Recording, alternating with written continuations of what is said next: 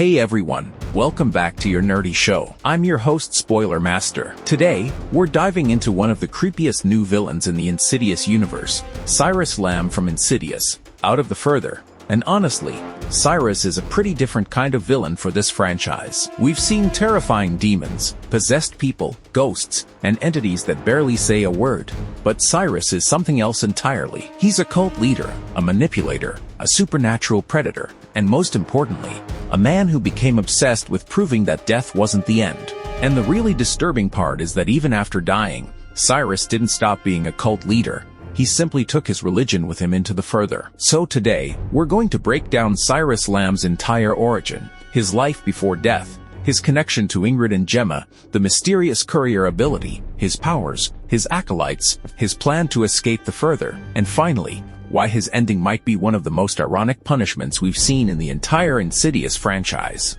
Who was Cyrus Lam? To understand Cyrus, we first have to go all the way back to when he was still alive. Because Cyrus Lam wasn't originally a demon or some ancient supernatural creature. He was a human being, and that's actually what makes him so unsettling. During his lifetime, Cyrus became a charismatic occult leader who surrounded himself with people desperate for answers about death and what happens after we die. He claimed that death wasn't something people needed to fear because the dead weren't really gone. According to his teachings, there was another side where people could communicate with their dead loved ones and eventually return. And obviously, this was incredibly attractive to people who had already lost someone. Cyrus understood grief, and more importantly, he understood how to manipulate it. He could take someone's fear of death, give them a supernatural explanation for it, and then position himself as the person who knew the truth. Cyrus eventually created an entire following around these beliefs. His followers weren't just random people who attended his meetings. They became devoted believers who trusted him completely. Cyrus promised them that if they were brave enough to let go of their fear of death,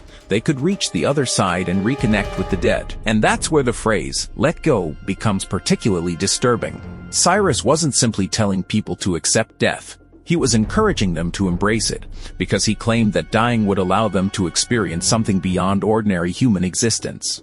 Cyrus's death. Eventually, Cyrus decided that words weren't enough. If he really wanted his followers to believe that death wasn't the end, he needed to prove it. And this is where Cyrus crossed the line from dangerous cult leader into something much darker. He took his own life in front of his followers, essentially turning his death into the ultimate demonstration of his philosophy. Cyrus wanted everyone watching to believe that he would cross over, return, and prove that everything he'd been saying was true. But there was one massive problem with his plan. Cyrus didn't come back. Instead, he ended up in the further. And this is where the story gets really interesting, because Cyrus was basically confronted with the reality that his entire belief system might have been a lie. He had promised people that he understood death. He had convinced them that he could guide them through it. He had even sacrificed his own life to prove it. But now he was dead, trapped in a strange realm filled with lost souls and terrifying entities, and he still couldn't return to the world of the living. You might think that this would break Cyrus.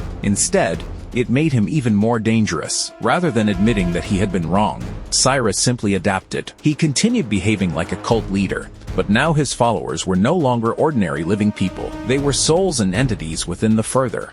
Cyrus becomes the leader of the damned. Rather than disappearing into the further, Cyrus effectively built a new cult on the other side of death. And this is probably the most important thing to understand about his character. Cyrus doesn't just want power because he's evil. He desperately needs followers because his entire identity depends on people believing that he is special. When he was alive, he told people that he understood death. After dying, he needed to maintain that illusion, so he continued promising his followers that they could eventually return to the living world. He essentially turned the further into his own kingdom and himself into its false messiah. The difference is that now his followers couldn't simply walk away. They were already dead, trapped in this strange realm, and Cyrus was one of the few figures offering them hope. And that made him incredibly dangerous, because even in death, Cyrus continued using the same weapon he'd used during his life: belief. He convinced the dead to follow him by promising them something impossible: another chance at life.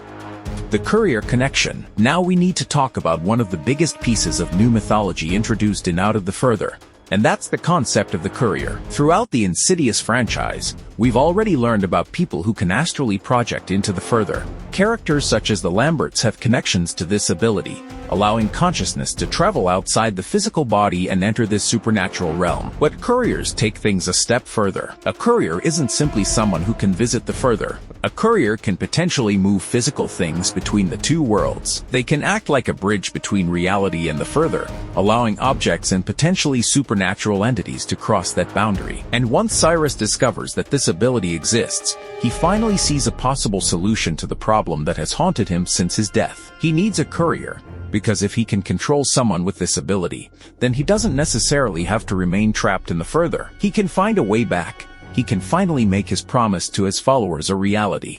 Why Cyrus wants Gemma? This is exactly why Gemma becomes so important. Gemma isn't just another woman who happens to encounter a supernatural entity. She's a courier, and that makes her extremely valuable to Cyrus. Her ability is basically the missing piece in his plan. And there's another layer to this because Gemma didn't simply discover this ability randomly. She inherited it from her mother, Ingred. This means Cyrus's connection to Gemma's family goes back much further than the events of the movie. Ingrid already knew what Cyrus was capable of, and she understood the danger he posed to her daughter. That's why Ingrid's story becomes so important. When Ingrid appears to take her own life, it initially looks like a tragic event from Gemma's childhood, but the truth is much more complicated. Ingrid was attempting to protect her daughter by trapping Cyrus inside her own memories. She essentially used herself as a prison, trying to prevent Cyrus from reaching Gemma. Think about how terrifying that is. Ingrid knew that Cyrus couldn't simply be fought like an ordinary ghost. She needed to find another way to contain him, and sacrificing herself became part of that plan. But Cyrus was stronger and more persistent than she expected. Eventually, he managed to escape, and now he could pursue Gemma directly. Cyrus and Maya. But Gemma isn't the only person Cyrus becomes interested in. There's also Maya, Gemma's daughter. And this creates an even bigger problem because Maya has inherited the courier ability as well. So suddenly, Cyrus potentially has access to not one but two people capable of interacting with the boundary between the further and the living world. And that's exactly what Cyrus wants. His ultimate goal isn't simply to scare Gemma or kill her. He wants to use her ability. He wants to exploit the connection between Gemma, Maya, and the further so that he and his followers can cross over. And once you understand this, many of the terrifying events in the movie suddenly make more sense. Cyrus needs Gemma and Maya vulnerable.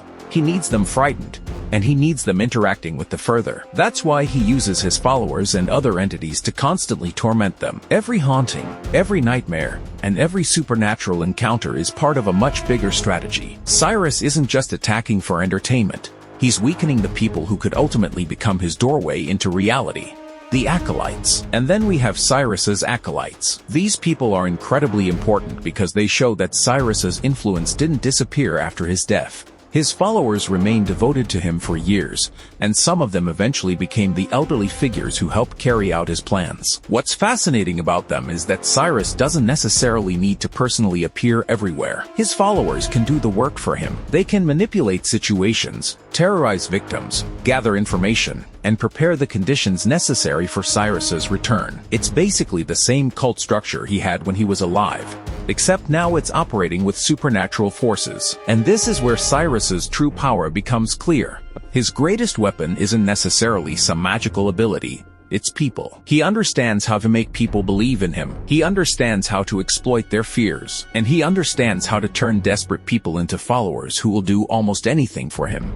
Cyrus's powers and appearance. Cyrus also has a very distinctive appearance, and almost everything about it reinforces his identity. He's dressed almost like a supernatural occult leader, with long dark hair, a robe, jewelry, rings, and that strange scarf or covering around his eyes. There's also that metallic claw-like ring that he uses to draw blood. But there's something important about his design. Cyrus doesn't look like a traditional monster. He still looks human, and that's intentional. The Insidious franchise has already given us horrifying creatures like the lipstick-faced demon, but Cyrus feels different because you can imagine him actually standing in front of you and talking. He has a personality. He can manipulate. He can lie. He can make promises. He can make people believe that he's helping them while secretly using them, and that makes him much more dangerous than a creature that simply attacks. Cyrus's supernatural abilities are frightening, but his greatest weapon is still his mind. His ability to manipulate people and make them believe that he has all the answers.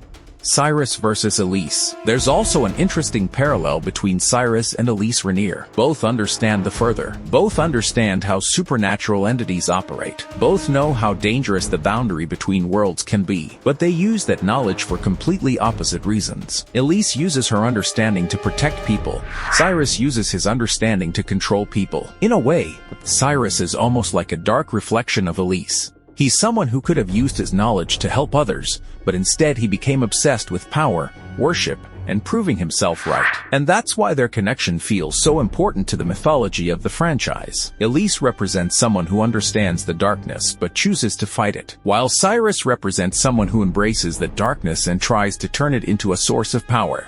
Cyrus's ultimate plan. By the final act, Cyrus's plan becomes clear. He wants to use Gemma and Maya as couriers to create a bridge between the further and the living world. If he succeeds, he won't just return by himself. He can potentially bring his followers and other entities with him. Imagine what that means. The further wouldn't remain separated from our world anymore. The boundary would collapse, and Cyrus would essentially become the leader of an invasion from the other side. That's why Gemma has to stop him. And unlike many previous Insidious protagonists, Gemma actually understands what she's dealing with. She's not a skeptic trying to figure out whether ghosts exist. She already knows. She knows she's a courier. She knows Cyrus is coming for her. And she understands that simply running away won't solve the problem. So she decides to turn his own plan against him.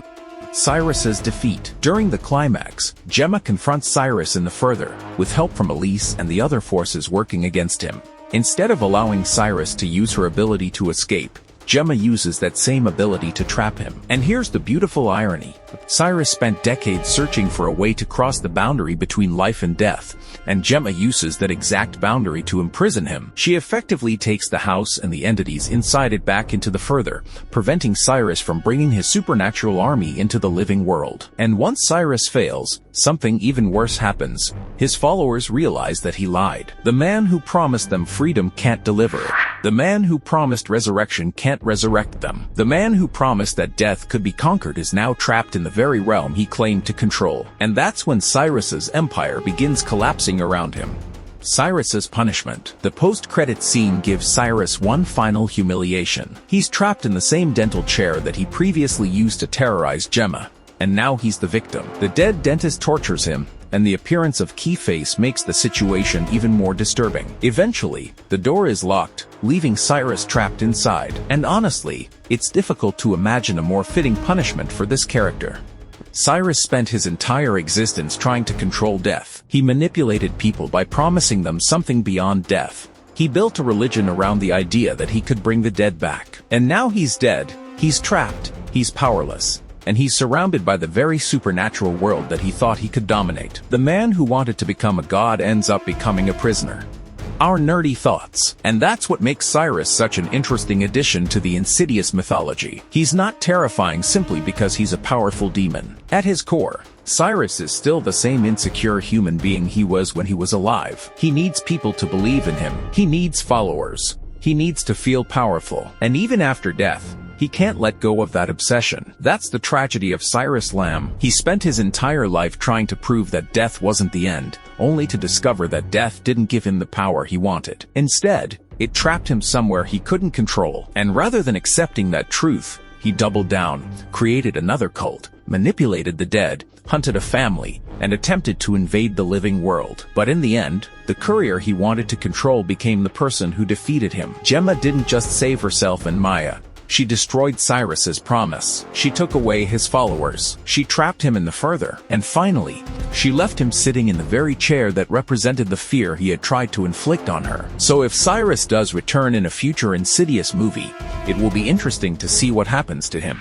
Because right now, he isn't the powerful cult leader standing above everyone else. He's the prisoner. And perhaps that's exactly where a man who spent his entire life pretending to be a god deserves to be. No, what the heck, I'll laugh anyway.